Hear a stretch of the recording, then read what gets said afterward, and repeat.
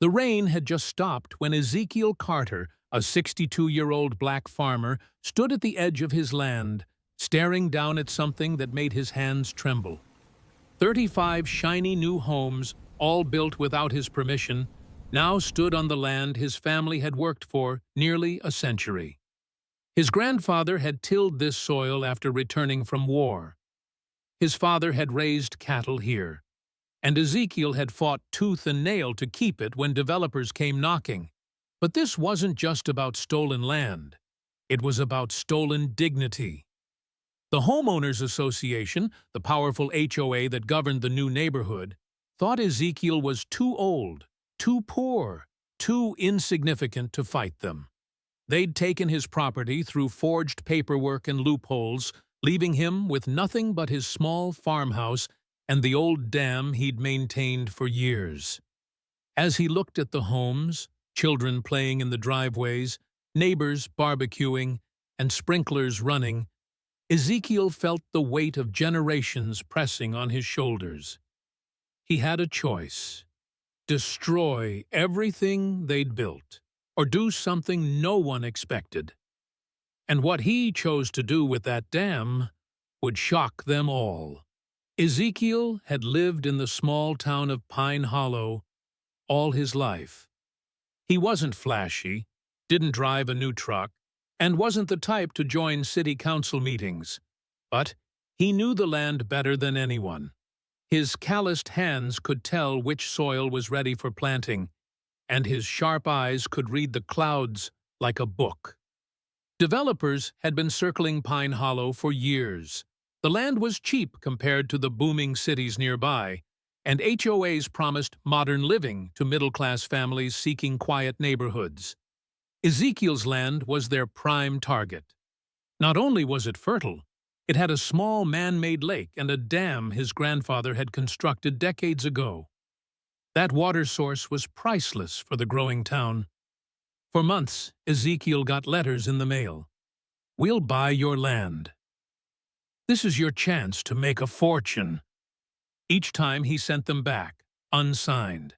Then one day, bulldozers rolled in. When he tried to stop them, lawyers waved papers in his face. "You sold this land," they said, "to the development company." Ezekiel's jaw dropped. His name was scribbled on the documents, but it wasn't his signature. The HOA had found a way to push the deal through, and when Ezekiel filed complaints, no one in town backed him. To them, he was just an old farmer who didn't understand the law. Within a year, houses sprouted like weeds. Roads were paved, driveways appeared. Families moved in. The Carter family's century-old fields became backyard patios and swimming pools. Ezekiel could barely bring himself to look at it. At night, he sat by his old dam, listening to the steady rush of water. It was the only thing left that still felt like his. But then, something strange began to happen. The HOA had overlooked the dam entirely. And the houses? They were built right in the low-lying basin his grandfather had once warned could flood with a single mistake. Ezekiel didn't say a word. One afternoon, a storm swept through Pine Hollow. Rain hammered the roofs, gutters overflowed, and water surged into the dam. Ezekiel stood there, watching the lake rise higher than it had in years. His neighbors, the ones who had ignored his protests, were safe inside their new homes, oblivious. Then came the knock. A young woman, her name was Claire Johnson, about 32 years old, stood at his door, soaked to the bone. She was clutching a toddler in her arms. "Sir, the water's rising. Our street is flooding. The HOA won't answer. They said you own the dam. Can you do something?" Ezekiel blinked. After all the humiliation, after all the theft, now they came begging? He almost closed the door, but then he looked at the little boy clinging to his mother. Fear filled the child's eyes. Ezekiel remembered his own daughter years ago, when she was that age. clinging to him during a storm. He grabbed his hat. "Show me." By the time he reached the dam, dozens of neighbors had gathered. The HOA board members were nowhere to be found. Panicked residents shouted, "Do something! Save our homes!" Ezekiel stared at them.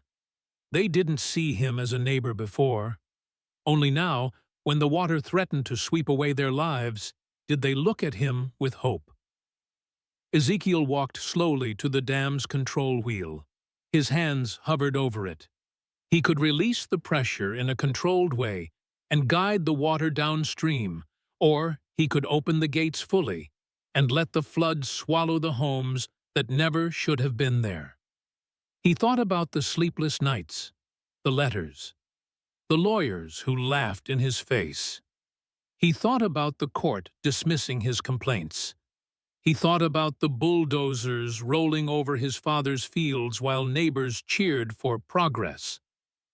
The crowd shouted behind him, "Please! We have kids in those houses. Don't let us drown." Ezekiel's chest heaved. For a moment, his anger burned hot enough to make his fingers twitch toward destruction. But then he saw Claire again. She was holding her boy, rocking him as the child whimpered. And he remembered something his grandfather once said, "Atretumian, we don't get to choose what others take from us, but we always get to choose who we are when it's taken." With a heavy sigh, Ezekiel spun the wheel. The dam groaned. Water gushed through the spillway, roaring like thunder. Slowly, the lake level dropped. Floodwaters receded from the streets. The homes, every last one of them, were spared. When it was done, Ezekiel turned, his clothes soaked with mist. The crowd stood in silence. A few whispered, "Thank you." But Ezekiel's face was unreadable. He hadn't saved them for gratitude. He had done it because he refused to let bitterness define him. The next morning, Pine Hollow woke to the news. Farmer saves HOA neighborhood from flood. Reporters called Ezekiel a hero, though he rejected the word. But something unexpected happened. Families from the neighborhood began showing up at his farmhouse. They brought food, tools, even money. For the first time, they listened to him. They saw him not as an old farmer, but as the man who held their lives in his hands and chose mercy. Even the HOA board, red-faced and embarrassed, was forced to acknowledge his role. Ezekiel's lawyer, this time backed by the town's support, reopened the case of the stolen land. With residents testifying on his behalf, the court finally ruled that the HOA had acted illegally. Ezekiel regained ownership of the land, though he allowed the families to remain in their homes under his terms. But the real change wasn't in the land, it was in the people. Kids who once rode bikes past him without a glance now waved when they saw him. Neighbors brought pies, invited him to community cookouts, and asked him to share stories of his grandfather's farm. And Ezekiel, though still grieving the loss of what was stolen, found peace in knowing he hadn't destroyed lives, but instead had restored his own dignity. Standing by the dam one evening, watching the sun paint the water gold, Ezekiel whispered, "Grandpa, I did it my way." And for the first time in years, his heart felt light.